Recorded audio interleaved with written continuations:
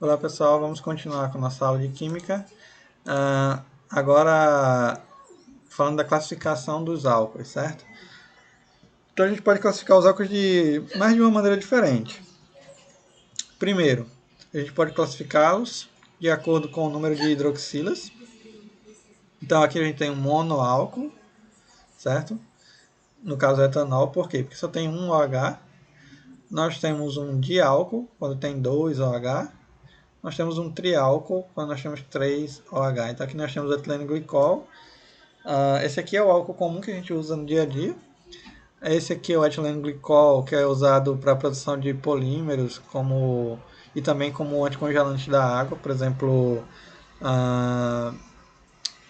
existem alguns equipamentos que, principalmente em veículos em países frios, que a água do radiador do carro pode congelar, por exemplo. Então você adiciona etileno glicol para evitar que isso aconteça e o motor não dê problema.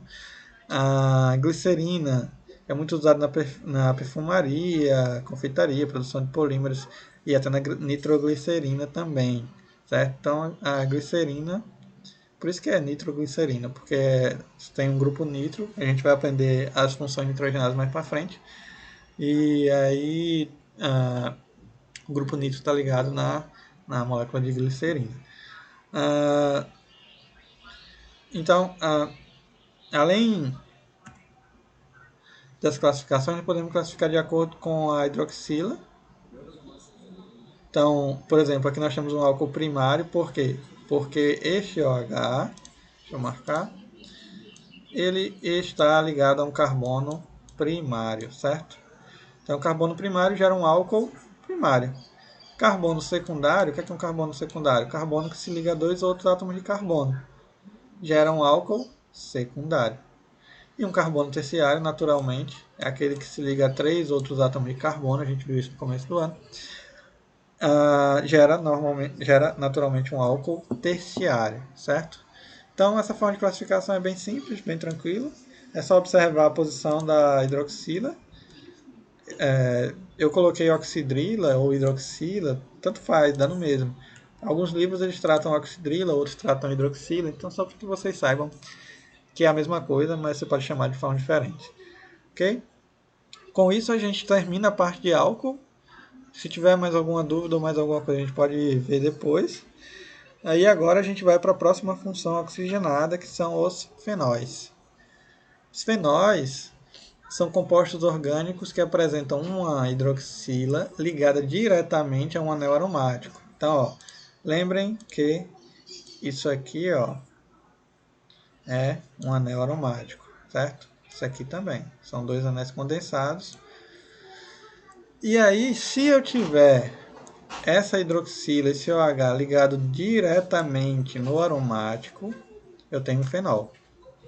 Então eu posso ter monofenóis, que é quando eu tenho apenas um OH. Eu posso ter difenóis, quando eu tenho 2 OH.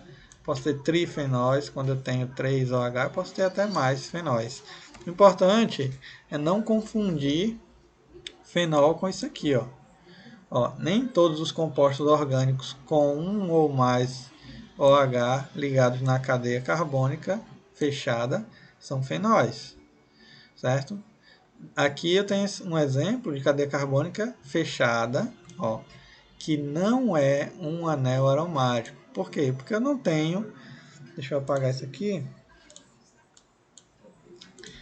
Para eu ser um anel aromático aqui, eu precisaria ter uma alternância aqui, ó, ligação dupla, ligação simples, ligação dupla, ligação simples, ligação dupla, ligação simples. Então isso aqui seria um aromático, mas sem essa alternância dupla simples, eu não tenho um aromático. Portanto, isso aqui é um álcool cíclico, seria o ciclohexanol, certo? O grupo funcional dos fenóis é a hidroxila.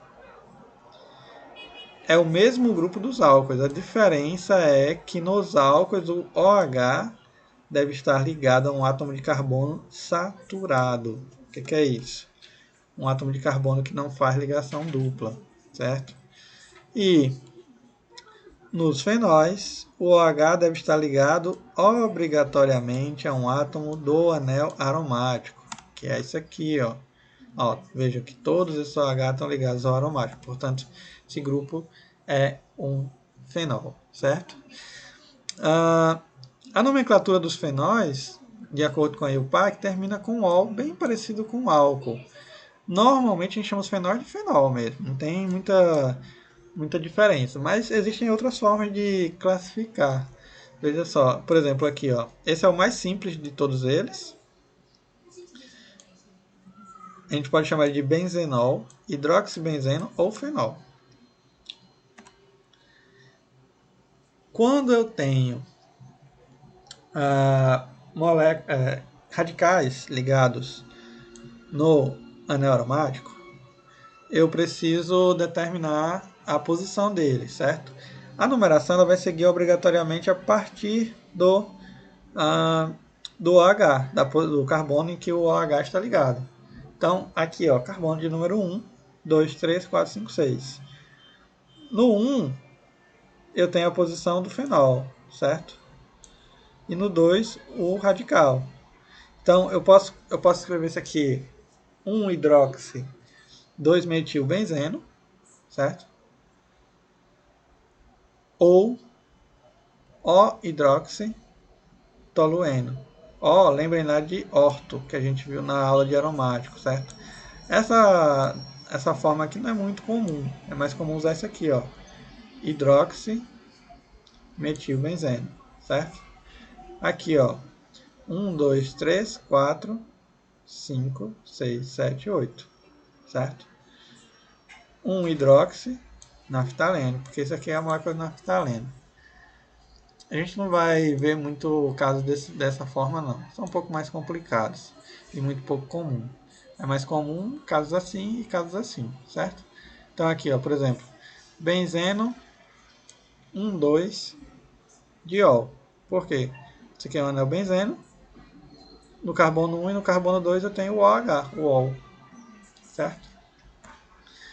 Quanto à aplicabilidade dos fenóis na nossa vida, nós temos algumas, né? Não é tão comum quanto o álcool, mas tem algumas aplicabilidades. Primeiro, o fenol é um sólido incolor, cristalino. Ele funde a mais ou menos 41 graus, 42. É muito pouco solúvel em água e é bastante corrosivo na pele, certo? Ele foi isolado primeiramente do alcatrão da hulha e em 1865 o médico Joseph Lister demonstrou na escola de Glasgow, na Escócia, o poder de desinfectante que o fenol apresenta, podendo limpar instrumentos cirúrgicos. Então, na época, isso foi uma conquista muito grande porque diminuiu consideravelmente a quantidade de infecções presentes em ambientes hospitalares. Naturalmente, com o passar do tempo, a gente conseguiu antissépticos melhores e antibactericidas e bactericidas melhores, mas os fenóis tiveram seu papel, certo? Então aqui, por exemplo, eu tenho alguns desses fenóis que são utilizados como antissépticos, né? Esse 4-hexil aqui, ó, carbono 1, carbono 2, 3, 4, 4-hexil, porque eu tenho 1 com mais 4, 5, com mais um 6, 6 carbonos, 4-hexil, resorcinol. No caso dessa nomenclatura aqui, ela não é usual. A nomenclatura oficial para esse composto seriam 4-hexil, benzeno 1,3-diol, certo? E esse aqui eu tenho um hexaclorofeno, que também é desinfetante, certo? Um desinfetante barato e muito usado na agropecuária é a creolina, que é usado numa solução aquosa alcalina com uma mistura de cressóis. Cressóis são esse tipo de compostos aqui. Você tem na posição orto, na posição meta e na posição para. Ó, orto, meta, para. Certo? 3 posições diferentes aqui. Além disso, existe o desinfetante Lysol, que é uma emulsão de cressóis em sabão, né, que é bastante utilizado também. E eles também podem ser usados na preservação da madeira, defendendo-a de ataques de insetos, esse tipo de compostos. O maior uso ainda assim é na indústria química, principalmente na produção de plásticos, corantes, perfumes, explosivos, principalmente na área de explosivos, né? O trinitrotolueno. E na natureza a gente consegue encontrar os, os fenóis de diversas formas. Por exemplo, a gente pode ver o eugenol, que é a essência de cravo da Índia. Aquele cheiro de cravo da Índia vem dessa molécula aqui, eugenol. Vanilina, que é a essência de baunilha, né? Normalmente usada em doces, sorvetes, balas. Timol, que é a essência de tomilho, usada na indústria de alimentos. Aqui tem uma foto diferente da estrutura do cravo da Índia, certo? Ah, vejam que os fenóis eles são bastante empregados em diversos setores da indústria e com isso, com essas aplicações, esse conteúdo de fenóis não é muito extenso, ele é muito curto, porque não tem muito o que falar sobre fenol. A aplicação não é muito grande, apesar de diversa, não é tanto quanto o álcool, e por conta disso a gente acaba limitando muito a questão desse conhecimento. Ah, com isso a gente termina a aula e dessa forma a gente tem aí já duas funções oxigenadas descritas. A função álcool, que a gente viu na aula passada aí nessa, e a função fenol. Na próxima aula a gente vai falar da função éter e se der tempo a gente começa a falar de cetona e aldeídos, certo? Então, por hoje é só.